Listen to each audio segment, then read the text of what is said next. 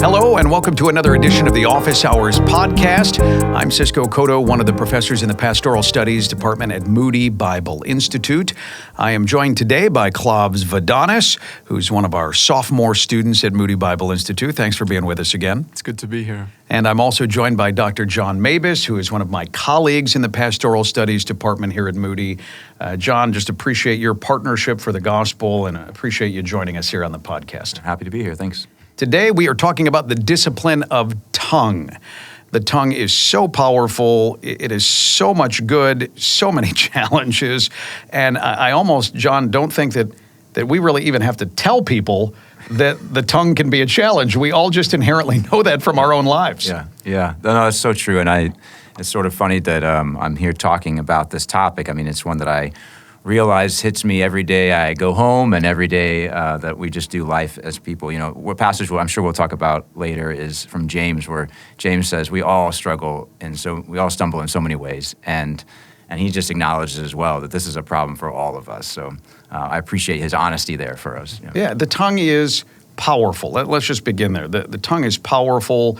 You mentioned James. He talks about this, the fact that whether it is bringing people up or bringing them down, this little organ in our body, if we even want to call it an organ, this little muscle really does have a lot of power.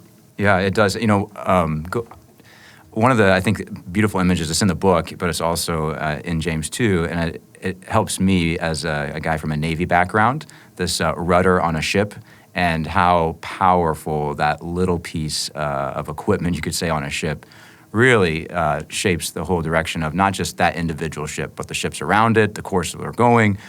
So it is definitely something where it's a tiny part of us, but man, it has such influence in who we are. Yeah, the book that we're referencing is Disciplines of a Godly Man by Kent Hughes. Just such great wisdom in here, including on the discipline of tongue. Before we talk about all the negative, destructive ways that our tongue can be used, let's begin on a positive note. The tongue can be used to build people up. It can be used to bless people. Let's just discuss that for a little bit. God did give it to us for good purposes. Right. Yeah. I mean, I think it goes back to a part of us being made in God's image. When He speaks, life happens. And so as we reflect His image, our words actually breathe life into other people. And Proverbs tells us that, throughout all of Scripture, we see how words really do have weight to them, a heaviness to them.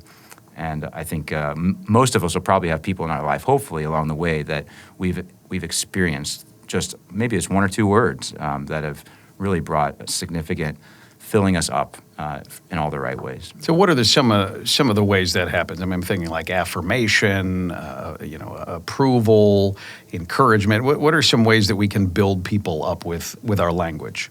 Yeah, I think it probably comes first out of a place of silent watchfulness, versus I need to say something. Because usually whenever I say something reactionary, even if it's reactionary for good, it may not be that helpful. Yeah. It's just whatever comes out of my mind. So I think out of a posture of silent reflection and prayer usually is when the Lord gives a sense of, that this may be a need that this person has that you can speak into, or that you're attentive to how God's using them, that you speak into those moments as you're prayerfully reflecting on what's going around. So it's less just reactive as it is a posture of silent reflection, I feel is a helpful place to start. Yeah, and yet our natural inclination is to just immediately jump in, chime in, right. Whether it's a response, a comment, what we think is a word of wisdom, our natural response is just to immediately begin saying something, to fill the silence. Right, yeah. I feel like if we could talk to God first about what we're going to, about anything, whether it's, even if it's a conflict, but if we talk about God, what could I say that would be most helpful for this person? If we've spent time in prayer for this person, the words that we say to that person will probably be much more life-giving. And the fact that we're waiting upon the Lord, that silent watchfulness that you talk about, shows a humility on our part. It's not my wisdom that I want. It's not my information, not my guidance or anything like that. I genuinely want the Lord to speak through me as I'm interacting with this person. Yeah, exactly. I think probably all of us have had somebody come alongside us and just notice something that really seems to be the Spirit guiding them to give us a word of encouragement. And sometimes, one thing maybe we will talk about, it would be fun to kind of talk about this more, is even how words and nonverbals go together. And it may just be that smile and a simple word that really, you sense the Lord's leading in that. Yeah, my face is not always saying what my lips are. Right, that's right. There are times where they go, it's not, they're not matching up here. Yeah, right. You know, they're really not. Is this especially important, I'm thinking, for husbands and fathers? We'll get into ministry here a little bit later. Obviously, it's important there. But I'm thinking as husbands and fathers, man, if you're not regularly engaged in prayer for your words and in encouragement and affirmation and just really building these people up, you can be a destructive force in the lives of these people that you love. Yeah, that's something my wife and I regularly revisit, is how are our words building up, breathing life, or tearing down? And it can be things that you have to go back and say, I'm sorry about, but also you can see the fruit of really pouring in words of life to your kids. You can see it in their posture even, of as you speak words of life. It almost gives them a way of kind of standing up, breathing. I mean, I think it makes sense, right? Breathing life into them through your words. And I think it's a great thing to see that when it happens. It's also very hard to see when your words are spoken and it doesn't do that. So. Yeah, you can see the deflation. Yeah. I have a curious question about age. Yeah. Does it become easier with age to tame your tongue? Because let's say if you could compare your college days and now, is it just easier to tame your tongue? Did it take a lot of work to maybe get from there to here? Yeah, that's a wonderful question. I don't think it hasn't gotten easier, but I would say that there's different spheres that you're probably more able to reflect versus react.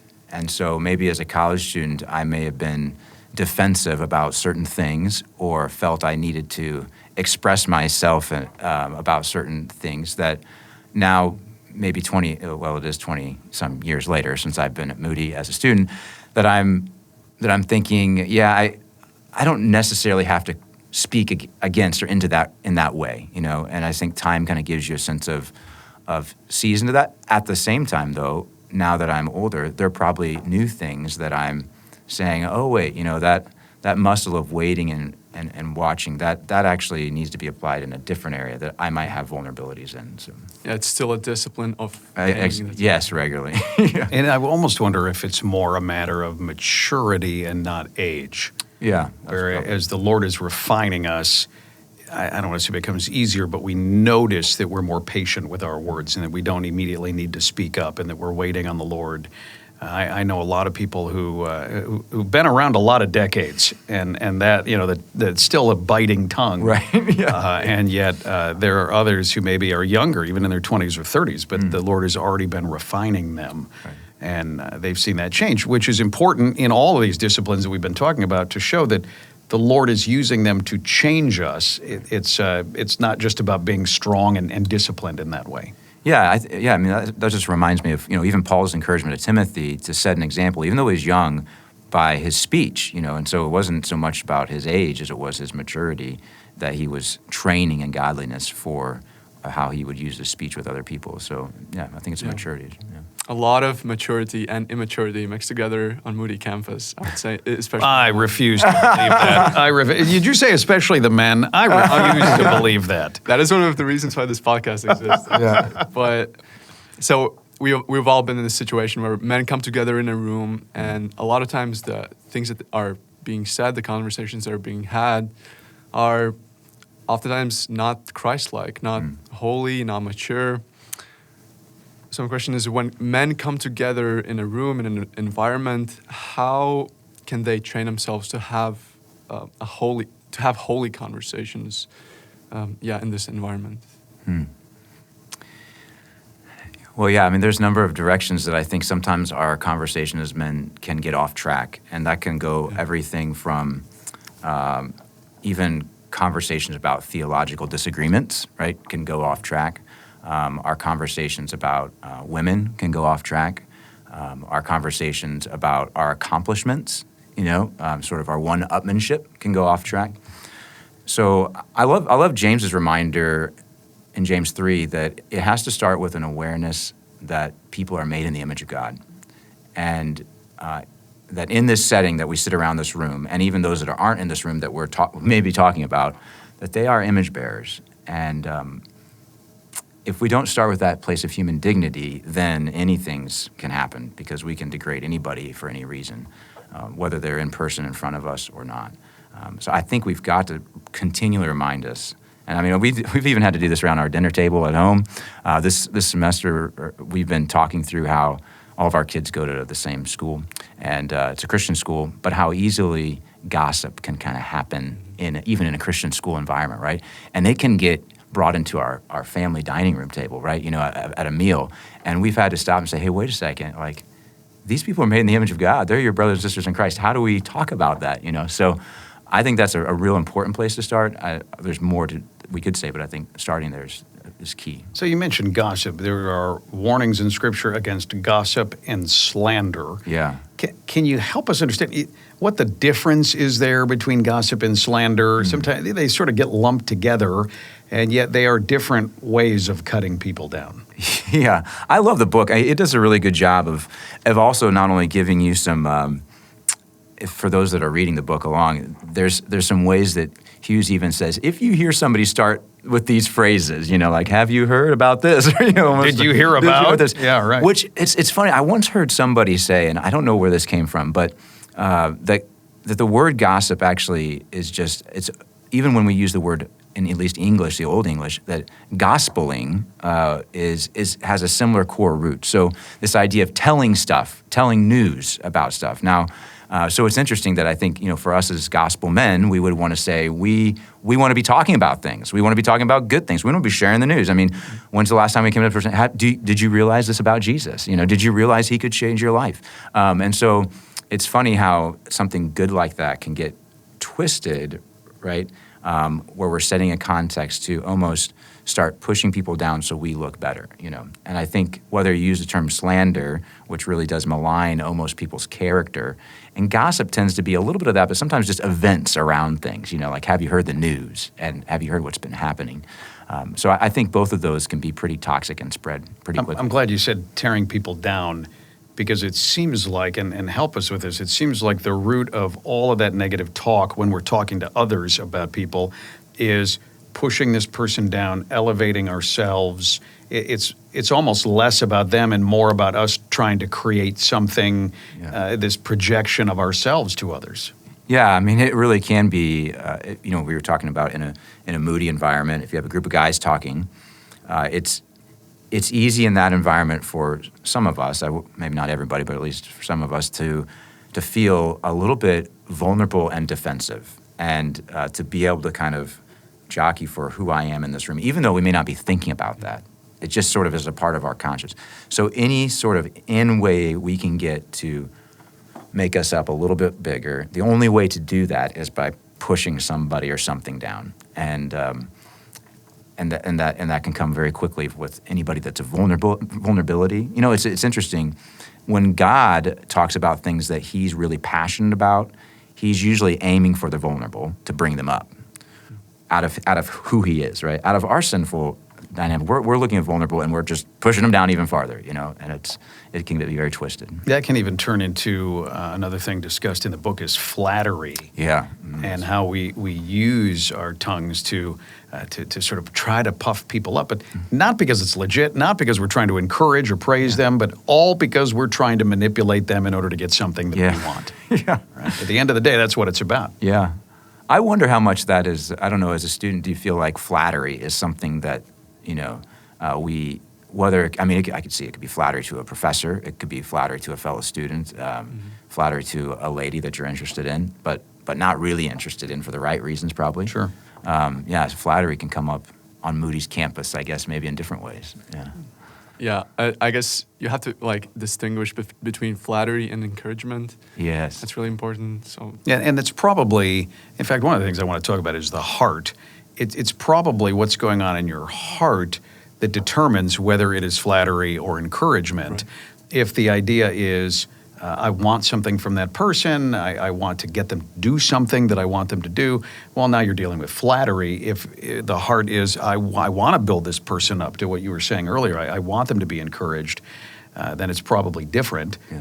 Talk about the heart, Matthew 15:19, for out of the heart come evil thoughts, murder, adultery, sexual immorality, theft, false witness, slander. Yeah. I mean, it lumps slander and false witness in with murder and adultery. Adultery, all kinds that's right, yeah. You know, we're like, all I did is say a little something. Yeah. How can you put those all in the Right. in the same place, in the same category? And yet Jesus says it all comes out of our heart. It's what's going on in here. Right. Yeah. Another place I was just reviewing this morning was Ephesians 4 and 5, which, again, a great 2 chapters. Hughes mentions a couple of verses in there.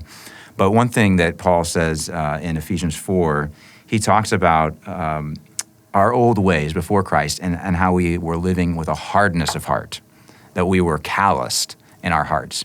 But he ends, I think it's interesting, he ends that chapter by calling us to have a tender-heartedness towards one another. So our speaking doesn't become coarse and joking and defiling, right? So I do think that if you want to know kind of, if it comes from the heart, well, what's the condition of the heart that it comes from?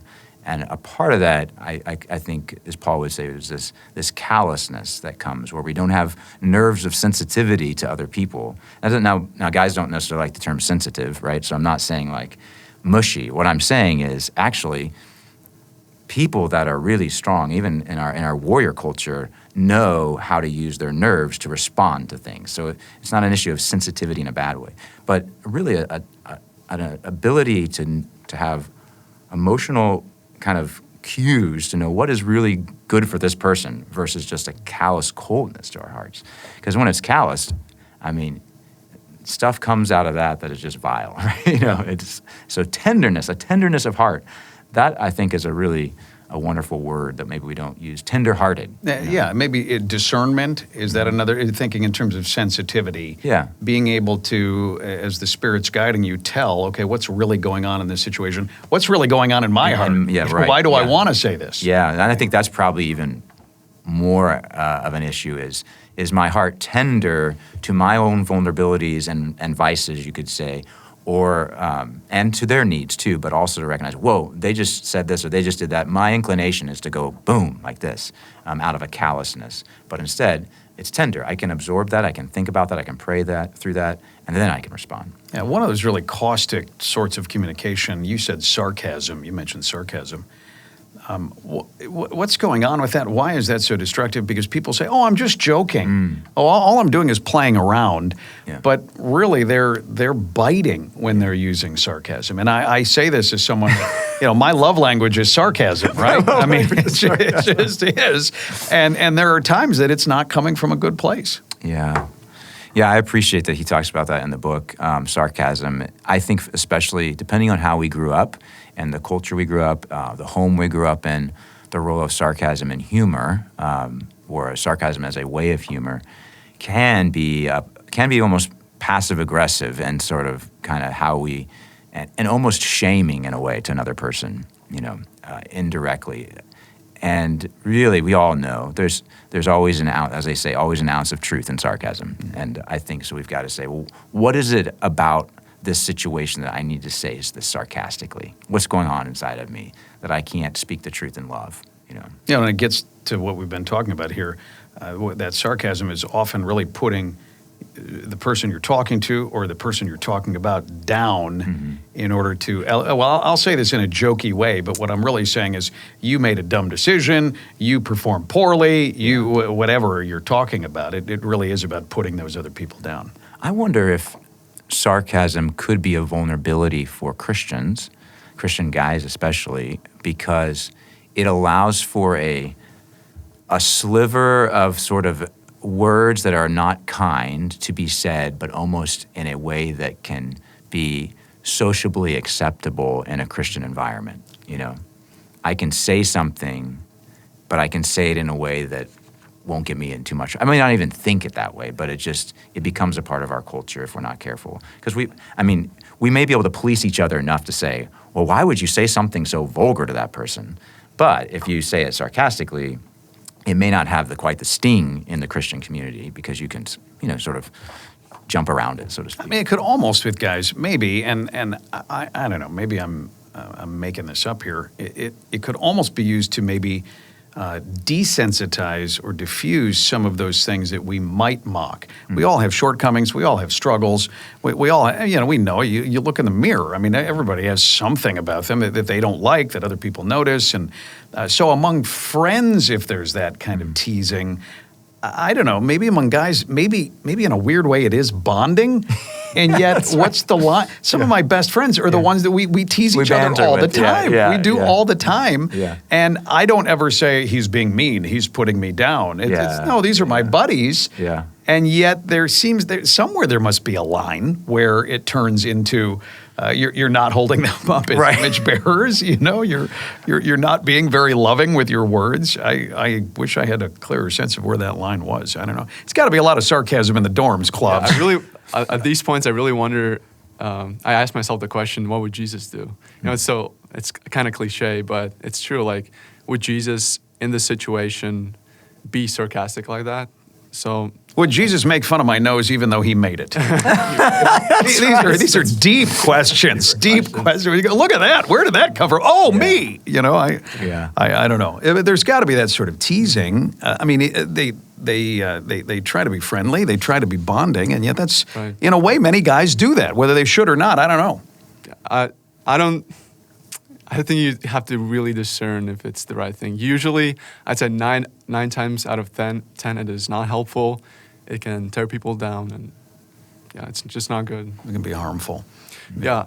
I want to ask a question. There was a quote in the book that said about 9/10 of the flames we experience in our lives comes from the tongue. So flames we experience in our lives, like fights and conflicts and pain, come from the tongue. So from your pastoral perspective, throughout the years you've counseled a lot of people. Do you think this is true, that would most of the conflicts be resolved if we would just learn to tame our tongues? I think Hughes is onto something there. I would agree with Jesus too here, where he says, well, that tongue issue is a heart issue. So you could say that one of the main manifestations of where our heart is at is the tongue.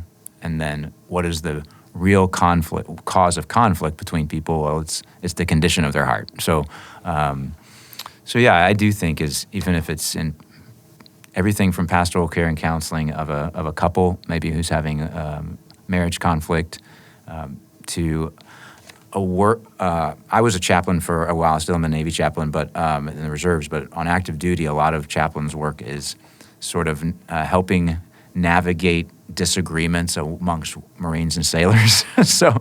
And you can imagine Marines and sailors are pretty salty with the tongue. No, very calm. Very calm. Very calm. And so this is an interesting thing, whereas you're trying to navigate how did we get here, right? How did we get to where now you're sitting in front of a chaplain and you're having to talk about workplace disagreement? And at the core has been words that were said or words that weren't said. And I think that's also really important too, is right now we've talked a lot about words that are being said, but sometimes it's actually the lack of words that we say that is just as toxic and can be hurtful too. And so is that holding back things that are positive? What is that? I think it can go a lot. Am I communicating clearly, like my appreciation for you? My intention for our relationship is if it's in a supervisor, a role, then I'm communicating to you what that is. Also, communicating when I've gotten things wrong, right? When I need to apologize. So there is, I think, and some people who are unwilling to communicate where they've gotten something wrong, as a leader or as a spouse or as a friend. And so that lack of use of tongue is actually just as toxic, you could say. Now, let's talk about that apologizing a little more. Whether we were talking parents or spouses or friends or people in a work relationship, certainly as pastors in ministry, there's this temptation to avoid the apology because it feels like weakness. There's vulnerability. We'll try to rationalize our way into thinking that we were actually right in that situation. How important is it just to be humble and apologize when something has gone wrong? You're not really giving anything up. You're potentially healing a situation. Yeah, well, and I think that's exactly it. You're trying to speak words of healing by doing with your tongue the opposite of what you did. You know, I said these unkind words to you. I tore you down in front of this group. Instead of doing that, I'm going to go back and use the same tongue, the same breath, and I'm going to do the opposite. I'm going to apologize. I'm going to say I'm sorry. I'm going to say now I see how much I discredited you or ripped you up, and I want to instead build you up and say these things about you. So I mean, it really is back to the kind of the book's premise. It's a discipline. The only way to discipline our tongue in righteousness is to sometimes acknowledge when we have been unrighteous and then say, okay, what does the opposite discipline look like? It looks like apology. What if you're waiting for the apology from the opposite side? Like it's not coming and should you still go talk to him? Yeah, well, I mean, I think that's another use of our tongue, and Jesus is clear about that. Like when we don't speak into things that need to be righted, then that also can create harm, right? So, yeah, I mean, I think there's times where we have to be disciplined to use our tongues in humility to say, I care enough about you as a person and our relationship and God's glory that I want to speak about this situation that needs to be addressed. And that's just as powerful of using the tongue too. How do we wrestle with the fact that these words can never really be taken back? And on the positive side, if you affirm someone, if you encourage someone, that lasts a lifetime. They may well remember that 20 years from now. Right. The biting words, the sarcastic words, the words spoken in anger, it wouldn't take us 30 seconds to think of a time when parents or other people in authority said things to us that were really, really painful.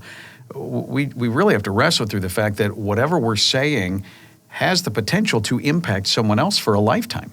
Right, yeah. Yeah, I mean, I think that's one of our greatest challenges. And I think, I don't know the number that's been said, but I think Dr. Gottman, who does a lot of marriage research at the University of Washington, has sort of done this study of in people's brains, kind of like if they hear a negative thing from their spouse, that it almost, I think it's like 5 or 6, maybe 7 words of affirmation to sort of rewrite the ship, you know, and it doesn't mean that means now we're paying penance, right, to our because if that was the case, we'd be talking a whole lot because we would realize how much we've messed up, right? You know, so that probably isn't good either. But and you don't want it to be a checklist either. No, like I've done my 5 positives. I'm done. This is over. Yeah. So I think it's just more of the understanding of, hey, caution here, you know, spend the time building that person up. But, I mean, this is where the gospel is so important, right? When Paul talks about the way we talk to each other in Ephesians 5 and Ephesians 4, one of the key things he brings up in both of those chapters is the work of the Holy Spirit. And we've got to entrust, I mean, not just with our words, but other things we've done to hurt people, that the Lord, just like he's redeeming broken parts of us, that he will move in and redeem parts of those things. So Paul can say to people, we'll start, instead of tearing people down, now address or admonish one or speak to one another with things like Spirit-led songs and hymns and start speaking words that are life-giving. So I think that's where we start internalizing the gospel in our own hearts. It starts to begin to shape, okay, we can make new pathways here. And that is one of the greatest things about the gospel, is that new creation can happen, you know, and for all of us. Yeah, and that's great. As our time is short here, I think that's a great piece of advice to keep in mind that positive, holy words can actually build other people up. I'm just wondering if you have one sort of final word of advice, especially to the future pastors who are watching this, the future ministry leaders who are watching this, because whether it is preaching or pastoral counseling or just standing by the door, greeting people on the way out on Sundays, we have a lot of verbal interactions with people. Just any word of advice on getting this under control and having our words actually be positive for the people that we're influencing. Yeah, I mean, I think I would land on one of the things Hughes brings up and James brings up as well, is we can have a really good public religion, right? We can have the preaching down right. We can have the pastoral care and counseling right. We can have all of these religious things to the T. We've been trained in those skills here at Moody. But he says, but all of that is in vain, if we haven't actually said, where's my heart and where are my words? And so, I mean, it almost would be, just as important in our community groups, our growth groups that we meet in, our accountability relationships. I like to even maybe say the groups that remind us of our identity, to say those groups are the places that say, hey, how's your words been this week, Can we pray for each other in those words? We, as guys at Moody, we talk a lot about some of the more kind of like public sins that, we have to keep each other accountable on. But words, James says, are right there. Your religion's worthless, right? So maybe that's just one of those that's one of the top 10 things, or I would say top 5 things that as Moody students, we could be really encouraging one another to say, let's be honest with each other.